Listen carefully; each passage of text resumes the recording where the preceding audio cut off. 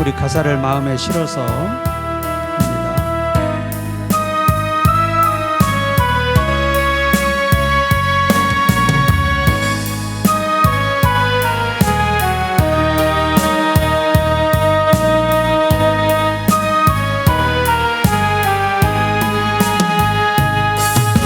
주여 우리의 죄를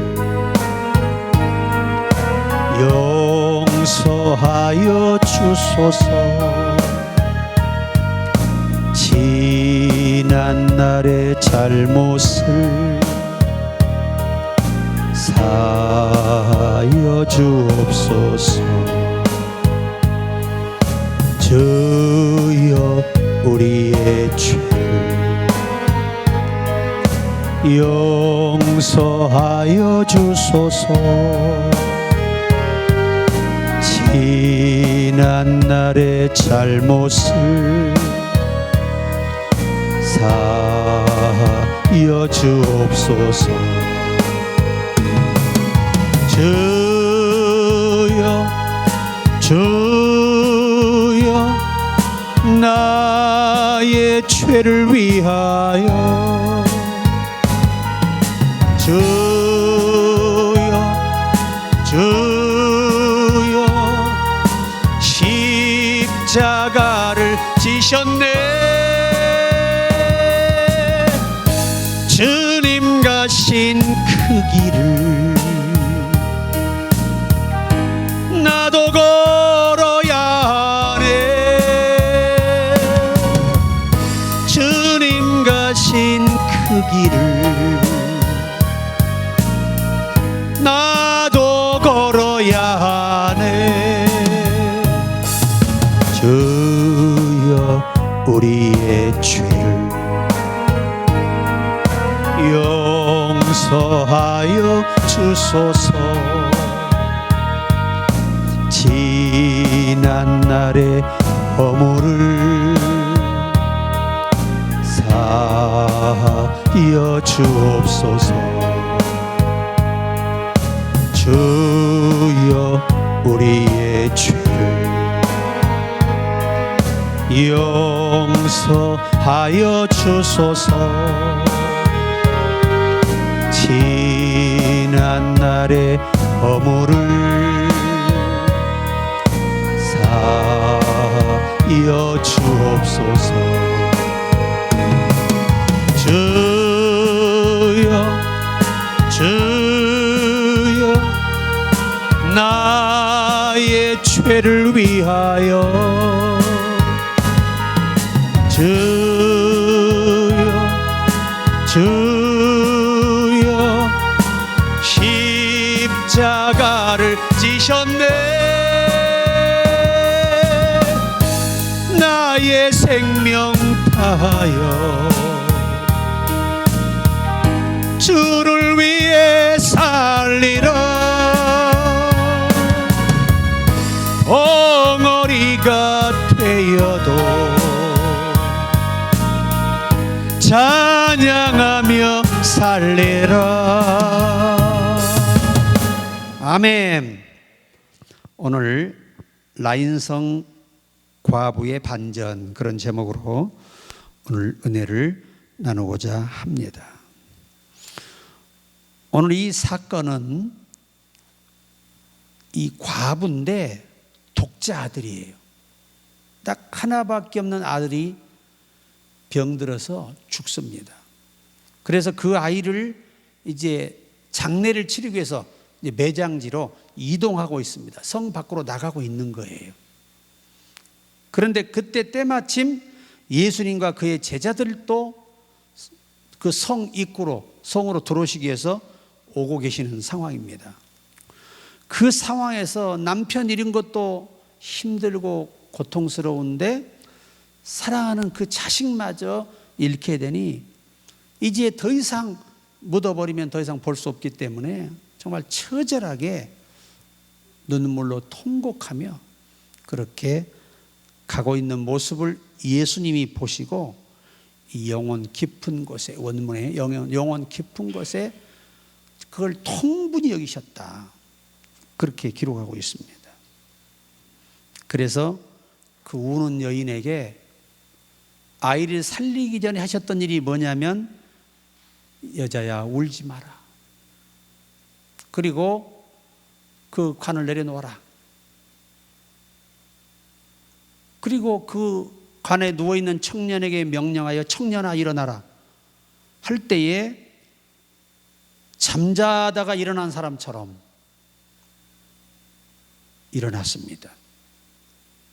그 몸에 그를 죽게 했던 모든 원인들이 다 치유가 되고 살아났기 때문에 그는 건강한 아이가 되어서 사랑하는 어머니와 함께 더 긴 세월을 살 수 있는 기회를 얻었을 뿐만 아니라 거기서 예수님을 만나서 죽은 자가 살아남으로 인하여 예수님의 훌륭한 일꾼들이 되었던 것으로 전해오고 있습니다.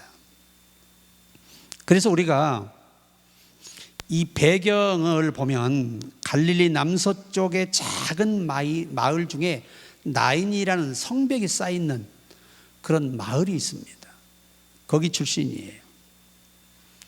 오늘 이 상황은 한 과부의 외아들이 죽어서 장례를 지금 집행하고 있는 중이에요. 치르고 있는 중이죠.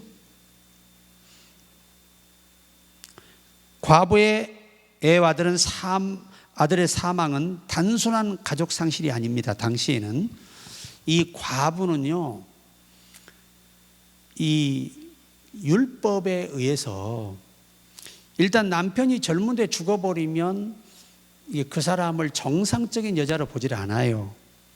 그가 혹시 여호와께 죄를 지어서 그 벌로 남편이 죽은 곳으로 당시에 유전은 전해오기 때문에 이 여인은 먹고 사는 것도 심각해져요. 최고로 밑바닥에서 겨우, 거리는 아닐지라도 겨우 먹고 살 수밖에 없는 이 상황이 된 거예요.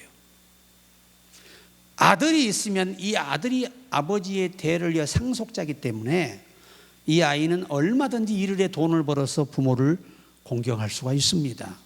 그런데 그 아들마저 죽음으로 인하여 경제적 큰 이제 문제, 생존권의 문제가 이 다 박탈됨을 의미하는 거예요. 아들이 죽어버린 것은. 그렇게 그 시대가 엄중한 시대입니다. 또 여성들은 사람의 수혜도 안 들어가잖아요. 왜 그랬냐면 하와가 선악과를 따먹고 남편을 미혹해 넘어뜨렸잖아요. 그것 때문에 예수님이 오셔서 구속을 이루고 성령이 오시기 전까지는요, 여성들은 이 인구조사에서 배제됐어요. 그러니까 여성은 100명에 5만, 100만을 낳아도 아무 상관이 없어요. 남자가 중요한 거예요. 남자가. 이 당시의 배경이 그렇습니다. 그러니 이러한 시대적 상황에서 이 아들이 죽었으니 이 가부의 앞으로 살아갈 길은 아들을 잃은 슬픔뿐만 아니라 현실 자체가 너무 경제적으로 비극적인 삶을 살아야 되는 현실이 눈앞에 온 거예요. 이런 여러 가지가 복합되어 그 우는 눈물이 얼마나 기가 막히겠어요. 그것도 마지막 과부를 위로해 준다고 그 주위 사람들이 많이 나와서 장례 행렬을 따라가면서 여인을 위로하지만 위로가 되겠습니까?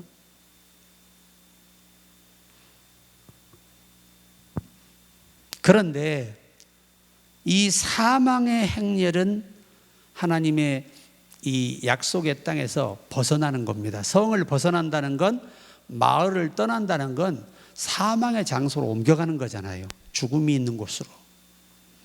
그런데 또 다른 행렬이 나타나는데 바로 예수님과 제자들입니다. 때마침 그 타이밍에 예수님이 그 성문으로 오시다가 마주선 거예요, 둘이. 그래서 죽음으로 가던 장례가 살아서 다시 돌아오는 엄청난 반전이 일어난 겁니다. 자, 그래서 우리가 참 이 두 행렬, 생명의 행렬과 죽음의 행렬, 이렇게 나눌 수가 있습니다.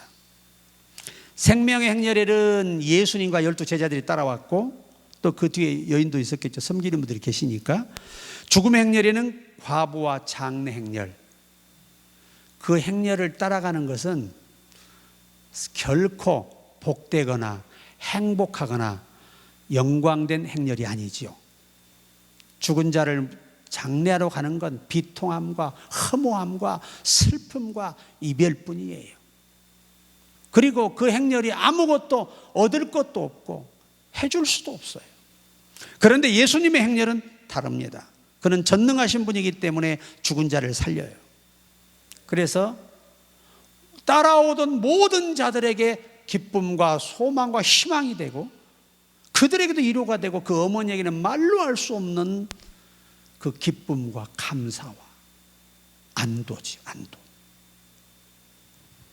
우리가 죽은 행렬을 따라다니면 저와 여러분의 영혼도 죽어요. 살아있는 행렬을 따라서 같이 하고 함께 할 때, 그들을 따라갈 때 가는 곳마다 하나님의 살아계심이 나타나고, 죽었던 것이 사는 역사가 나타나고, 안 되는 게 되게 하시고, 이런 역사가 나타나는 거예요. 그러니까 우리가 오늘 교회가 무슨 행렬이냐? 생명의 행렬이에요.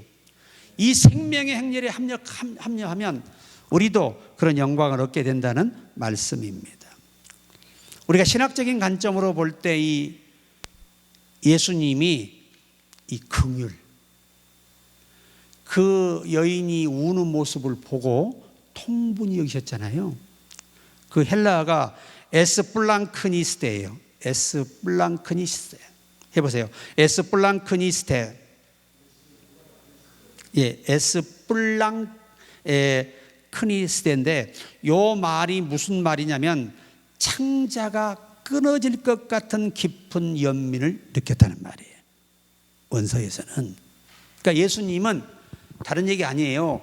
지금 그 과부의 엄마보다 더 아픔을 느꼈다는 거예요. 더 안타까워했다는 거예요.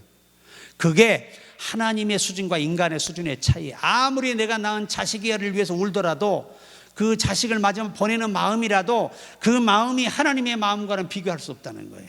그것을 알기 위해서 이 에스플랑크니스테라는 이 헬라어를 적용하신 거예요. 그 많은 단어 중에서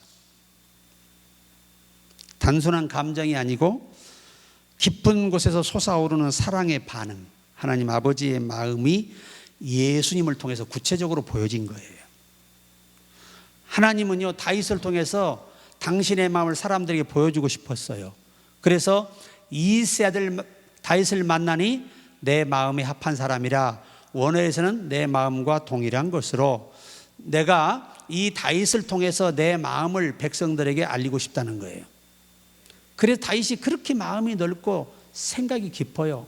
저와 여러분은 예수 믿고 있다고 하지 우리는 초신자에 불과해요. 사실은 다윗 같은 영성에 비하면. 다윗은 여러분 왕이잖아요. 그리고 자기 자식들, 그 솔로몬이 어린 시절이잖아요.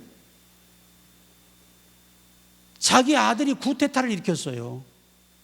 아들이, 압살롬이 아버지 죽이고 왕이 되겠다고 군사를 모은 거예요. 그래 도망가다가 작은 성에서 좀 아이들이 뭐 어리고 그러니까 쉬고 가려고, 피해 가려고 그 성의 성주인 이 시므이에게 부탁을 한 거예요. 잠깐만 쉬어가겠다. 그랬더니 돌을 던지면서 사울을 멸망시킨 이 저주의 자식이라고, 얼마나 그 많은 그 군장들과 자식 앞에서, 부인 앞에서 망신이, 얼마나 망신이. 그런 아주 망신을 당하고도 그를 용서합니다. 그러니까 그런 훌륭한 인격과 영성이 있기 때문에 그 군장들이 목숨을 걸고 그를 섬기는 거예요. 그러니까 교회도 마찬가지고, 여러분들이 누가 오든 내 가족처럼, 내가 자녀를 대하듯 그렇게 다 대해 주셔야 하나님이 믿고 사람을 붙여요. 자꾸 상처내고 문제 일을 것 같으면 하나님이 사람을 안 붙이죠. 전능자는 손해볼 일을 안 하십니다. 우리가 항상 먼저 우리가 믿는 우리가 예수님 마음을 가져야 돼요. 그러니까 우리 교회는 이제 시간만 있으면 여러분들이 사랑 노래를 부르세요. 사랑은 언제나 오래 참고. 그래야 그런 신앙이 되는 거예요. 자꾸 입으로 시인할 때, 사모할 때 하나님이 힘을 주십니다. 자, 우리가 두 번째 신학적인 관점은 죽은 자를 살리신 생명의 주로 계시하는 겁니다. 예수님은 죽음을 마주하셨지만 피하지 않으시고 죽음의 현실에 손을 댔습니다. 유대 율법상 시체나 관에 손을 대는 것은 부정하게 되는 일이었고, 그러나 오히려 예수님은 죽음을 몰아내고 생명을 공급하셨어요. 그것을 예수님이 오신 목적으로 이 아이를 살리면서 계시하신 거예요. 자신을 나타내신 거예요. 당시에 여러분, 죽은 자를 만지면 어떻게 되죠? 7일 동안 부정해져요. 내이기에 보면 7일 동안 부정해져서 아무것도 할 수가 없어요. 누구를 만나도 안 돼요. 혼자 있어야 돼요. 근신하며. 만약에 예수님이 못 살려버렸다면 어떻게 됐을까요? 예루살렘 올 수 없죠. 돌에 맞아 죽지요. 살려버렸기 때문에 모든 게 다 사해지는 거예요. 그래서 예수님이 죽었다 부활하셨기 때문에 우리 모두가 다 부정함을 면한 거예요. 전부 다. 그 아이도 부정해서 살아났잖아요. 이것은 다른 게 아니고 예수님만이 인간의 생명을 살릴 수 있다는 절대적 의미를 부여한 신학적 관점이에요. 그 다음에 세 번째 신학적 관점은 예수님의 권위와 하나님의 영광의 회복이에요. 사람들은 큰 선지자가 우리 가운데 일어나셨다라고 외칩니다. 그럴만하지요? 죽은 자를 살렸으니까. 구약에 죽은 자를 살린 분이 몇 분 있죠? 엘리야 선지자, 엘리사. 그 외에는 살린 사람이 없어요. 그리고 이제 신약에 와서 예수님이 살리시고 사도 바울, 사도 베드로가 그 일을 행했죠. 극서수의 성경에도 죽은 자를 살린 모습이 있습니다. 그래서 우리가 열왕기상 17장을 보면 엘리야가 과부의 아들을 살려주잖아요. 그런데 그 과부가 정말 자기 남편이 있어요. 그런데 이 하나님의 종을 극진히 섬겼습니다. 극진히. 자기 집의 가장 좋은 자리, 망대와 같이 최고로 좋은 자리가 이 자기 집보다 높은 자리가 있거든요. 우리가 또 옥상이라 그러죠. 그런 자리에다가 이 엘리야를 위해서 등도 준비하고 필기도구도 준비하고 또 모든 침구를 다 제공하고 그렇게 남편과 더 이상으로 섬겼어요. 그렇게 섬겼는데 자기 아들이 죽어버리니까 의의 분노가 나지요. 그래서 쫓아간 거예요. 당신이 왜 와서 나를 이렇게 괴롭게 하십니까? 그랬더니 즉시 그때 따라 해필은 또 여호와께서 엘리야에게 알려주질 않았어요. 아들이 죽었다는 것을. 듣고 즉시 가서 그를 살려내죠. 우리가 기적의 모든 수반은 여러분이 하나님께 헌신하고 봉사하고 또 충성하는 데 있다는 걸 꼭 기억하셔야 돼요.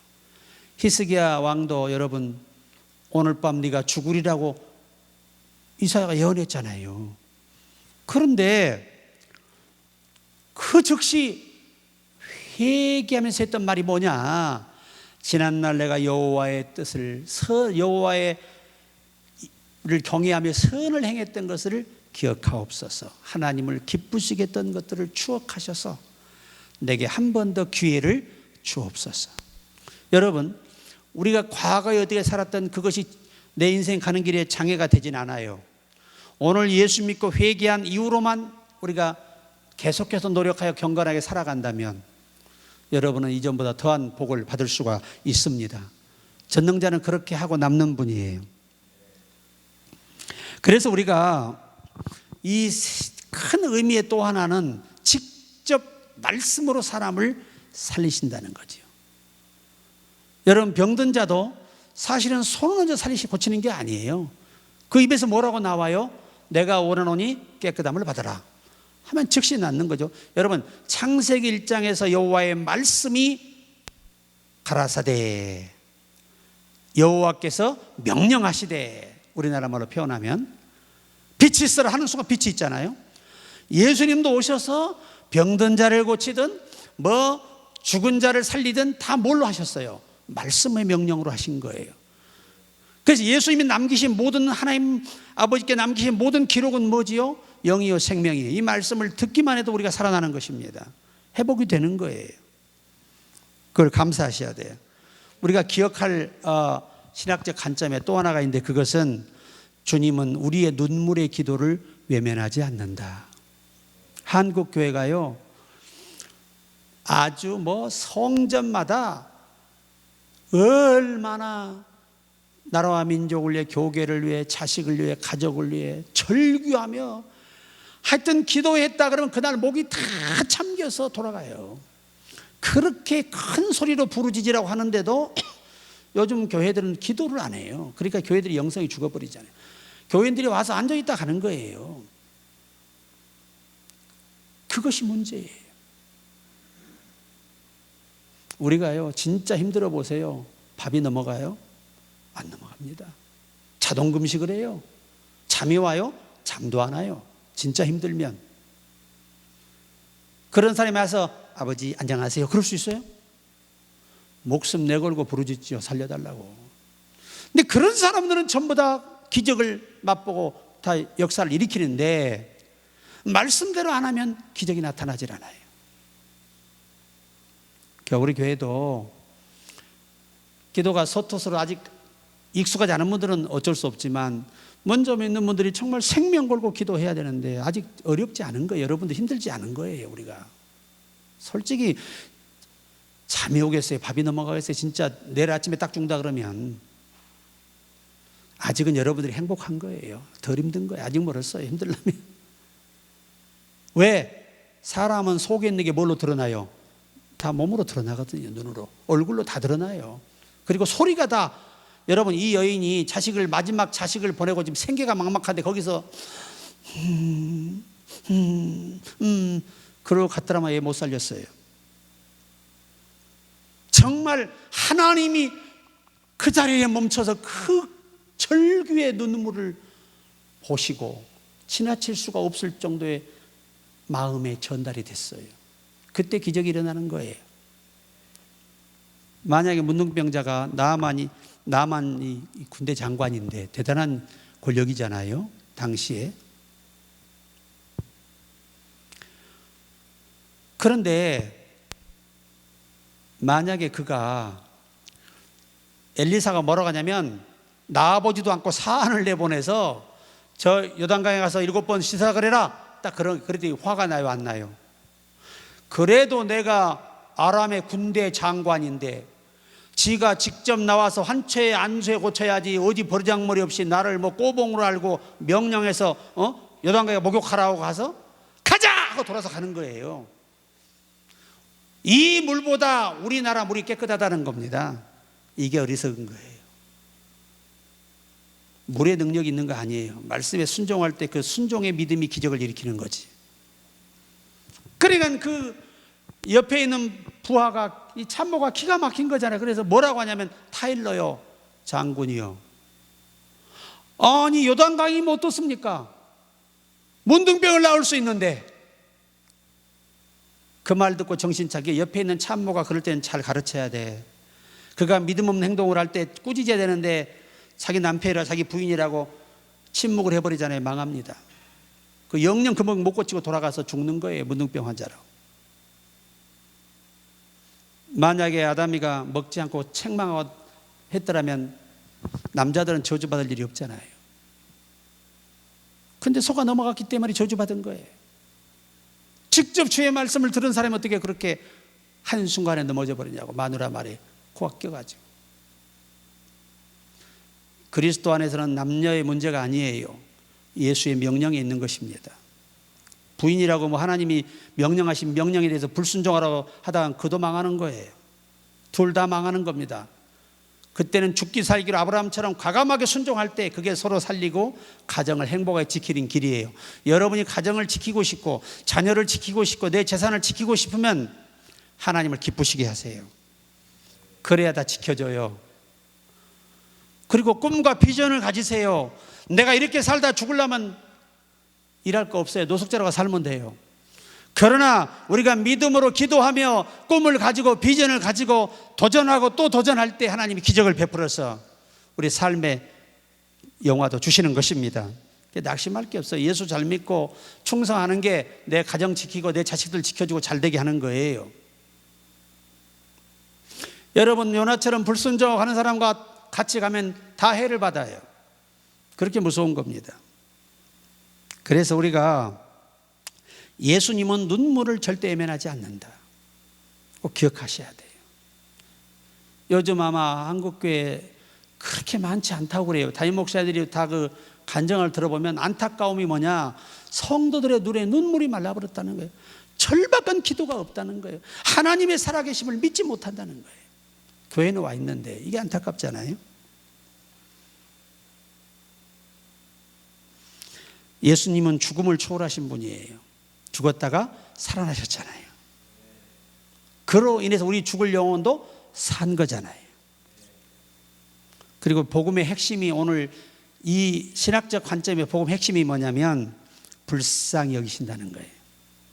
불쌍히 여기신다. 이보다 귀한 말씀이 없어요. 예수님은요, 우리를 불쌍히 여기세요. 오늘 저와 여러분의 영혼이, 이 청년은 몸이 죽었지만 우리의 영혼이 죽어 있다. 우리도 살아있는 생명들이 있는 곳에 머물 수 없어요. 죽은 곳으로 옮겨야 합니다. 우리도. 사람의 영도 영이 거듭나지 못하고 죽어 있으면 하나님의 집으로 계속 다가오는 게 아니고 하나님의 집에서 멀어져요. 죽음의 장소, 황망한 장소로 가는 거예요. 우리 깨어나야 됩니다. 나사로도 예외 없어요. 그렇게 예수님을 섬겼지만 죽으면 그냥 무덤에 던져버리는 거예요. 그러나 예수님께 선을 행한 것이 기억하신 바가 되어 예수님이 다시 살려주셨잖아요. 그러니까 그 영원한 죽음의 사망의 음침한 골짜기에서 살아서 가정으로 돌아온 거 아니에요. 오늘 우리에게 주는 교훈이 뭘까요? 우리의 영이 살아있어야 우리는 살아있는 생명들이 있는 곳을 떠나지 않고, 그러니까 예수 믿으면서도 자꾸 믿음 없는 사람들과 접촉을 너무 깊이 하면요, 우리도 그 사람들과 똑같이 돼버려요. 제가 말씀드렸잖아요. 술을 좋아하는 사람하고 같이 있으면 뭘 먹게 돼요? 술을 배워요. 담배 피우는 사람 옆에 있으면 담배 배워요. 도박하는 사람 옆에서 도박 배웁니다. 하나도 도움이 안 됩니다, 인생에. 그래서 잠언 13장 21절에 지혜로운 사람과 동행하면 지혜를 얻고 미련한 사람과 사귀면 해를 받느니라. 한 사람을 만나도 바른 사람, 예수를 믿어도 바르게 믿는 사람, 그런 사람을 만나야 돼요. 제가 우리 조선족 왔던 김명자 집사도 뭐라고 하냐면은 주일은 본교에서 오전 예배는 드리고 은혜 받기 위해서 우리 교회에서 예배 드리면 안 되냐는 거예요. 저는 그런 사람 절대 용납하지 않습니다. 저는 싫어요. 그렇게 믿어서 천당 가겠어요? 사람이 지조가 있어야 되는 거예요. 지조. 한 길만 가야 되는 거예요. 우리 함성도님이 여기 오다가 또 심심한 하나님의 교회가, 그러면 이게 뭐예요? 이걸 성경은 영적으로 간음이라 그래요. 간음. 아시겠죠? 이제 오직 교회에 집중, 거기 문도 가면 안 돼. 그런 사람은 접촉해도, 이단은 멀리 하라고 하셨지 인사하고 그러면 안 돼요. 이건 예수님의 명령입니다. 그러니까 우리가 뭐든지 어디를 가야 돼? 한 길을 가야 하나님 축복해요. 제가 만든 곡 중에 외길 가게 하소서, 이 곡이 있어요. 외길 가게 하소서. 얼마나 사람이 많은 유혹이 있습니까? 그러나 우리가 외길 가야 복을 받습니다. 하나님은 그런 분, 지조 있는 분을 사랑하세요. 이렇게 뭔가 순결한 사람을 사랑하시지, 이것도 저것도 아닌 사람을 좋아하지 않아. 여러분, 한 사람 앉아있는 게 중요한 게 아니에요. 우리 교회가 그 사람들을 은혜 바치는 교회입니까? 아니에요. 우리 교회는 우리가 모여서 하나님의 영광을 위해, 뜻을 위해 쓰임받기에 모인 거예요. 그 교회는 그 교회가 가서 쓰임받으면 되는 겁니다. 그런 정신 가지고 무슨 신학을 공부하고 뭘 하겠어요. 그래 제가 단호하게 자른 거예요.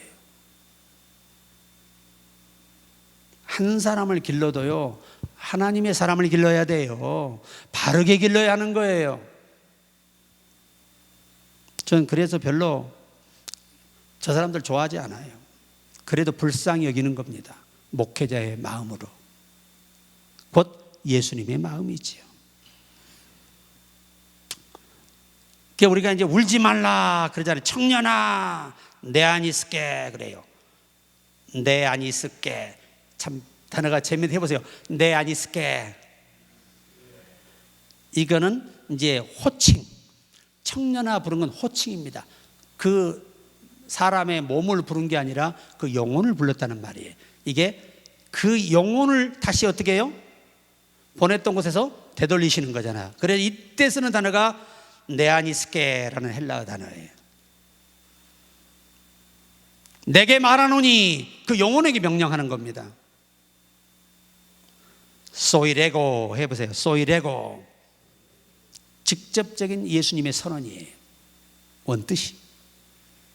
일어나라 에게르시티 해보세요. 에게르시티. 일어나라는 명령형입니다. 명령형. 말씀은 전부 명령형이지 권고형이 아닙니다. 창세기 1장 1절부터 계시록 22장까지 전부 다 명령이에요. 하나님은 어리석은 인간하고 타협하지 않아요. 왜? 인간의 생각은 어리석고 추하고 더럽기 때문이에요. 그래서 사탄이 좋아하는 생각만 하고 사니까 안 돼. 그래서 하나님이 무조건 내 명령을 따라야 산다. 따라보면 후회하지 않는다. 네가 생각한 꿈꿨던 인생보다 훨씬 더 바뀔 수 있다. 그래서 명령사를 쓰신 거예요. 감사해야 됩니다. 우리가 영어로도 이게 이제 이 울지 말라 그러면 do not weep 해보세요. do not weep. 예, 스탠드업이 아니. 이 울지 말라는 이 do not weep라는 단어는요 무슨 말이냐면 이제 울 일이 없다는 거죠. 지금부터 울 필요 없다. 이 말의 의미가 뭐예요? 나는 너에게 이 과부 너의 눈물을 지금부터 없앨 거라는 겁니다. 그래서 영어 단어를 때 성경, 그래서 성경의 영어 단어와 일반 상식 영어의 단어 적용이 달라요. 그래서 우리가 do not weep. 이제부터 너는 울 일이 없다. 나는 너의 눈물을 멈추게 할 것이니까. 그리고 일어나라 그럽니다. 영맨이죠. 청년이니까. 영맨. I say to you, arise. 이렇게 합니다. 일어나라는 말의 의미가 뭐냐면 영어나 활동을 시작하라는 말이에요. 영어 성경 적용은 굉장히 중요한 말이잖아요. 그러니까 우리가 하나님 말씀을 들으면 우리 영을 하나님께서 새롭게 거듭나게 하시고 우리로 이 영에 의해서 움직이도록 만드신다는 거예요. 그래서 우리가 이 단어를 쓸 때 young man, I say to you, arise 이렇게 표현하는 거예요. 그러니까 하나님의 말씀이 명령은 근본적인 치료를 통해 사람을 근본에서 움직이게 하는 거예요. 마귀는 우리 몸 안에 죄의 법을 활용해서 우리 마음을 미혹해서 죄를 짓게 하지만 하나님은 그보다 더 깊은 곳에서 우리 속에서 모든 일을 시작하십니다. 그래서 바울이 이 말을 쉽게 표현하는 단어가 뭐냐? 너희 속에 착한 일을 두고 행하게 하시나니. 참 중요한 말씀이죠. 내가 눈물 흘린 자리에서 이제는 움직이는 자리로 너를 옮기겠다.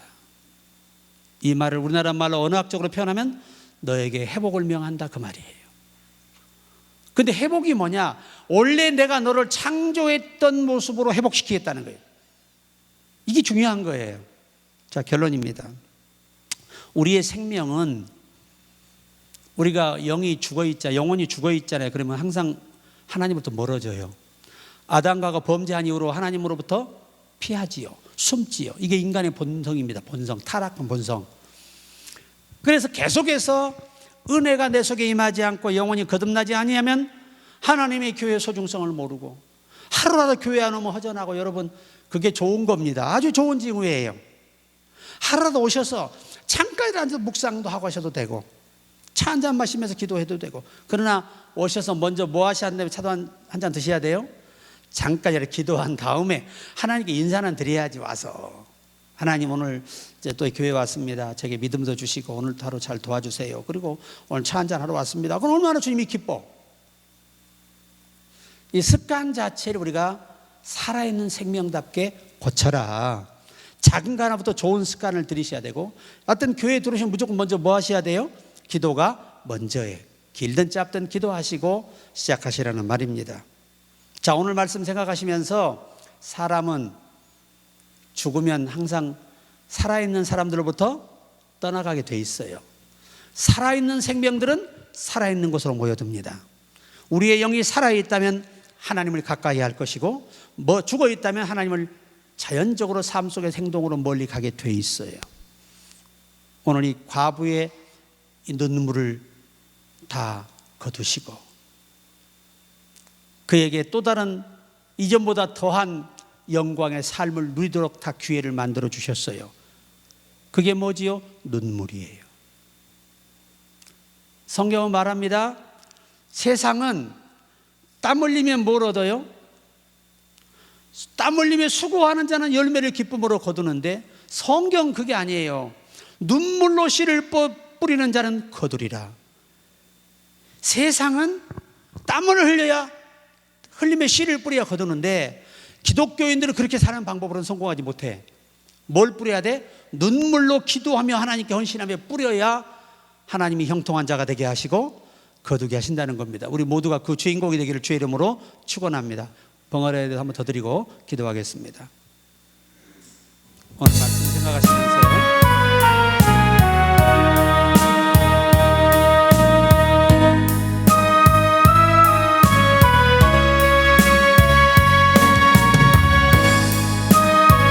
가사에 마음을 담아서 진실하고 간절하게 드려보겠습니다.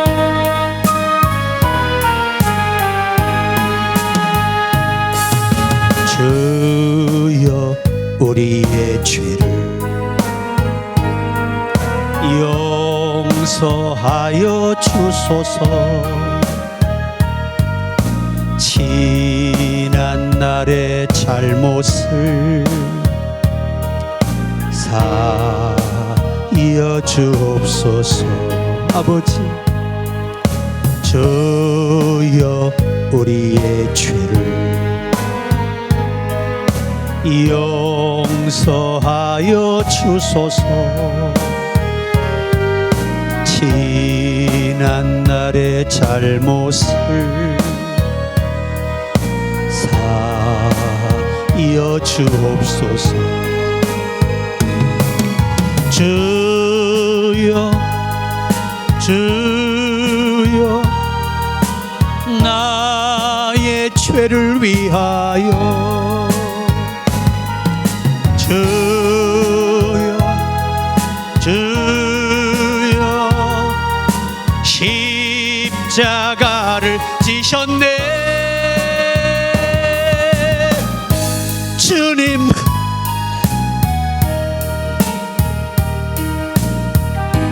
나도 걸어야 하네. 주님 가신 그 길을 아버지 나도 걸어야 하네. 주여 우리의 죄를 용서하여 주소서. 지난 날의 허물을 사하여 주옵소서. 주여 우리의 죄를 용서하여 주소서. 지난 날의 허물을 사하여 주옵소서. 아멘 아멘. 주여 주여 나의 죄를 위하여 주여 주여 십자가를 지셨네. 나의 생명 다하여 주를 위해 살리라. 엉어리가 되어도 찬양하며 살리라.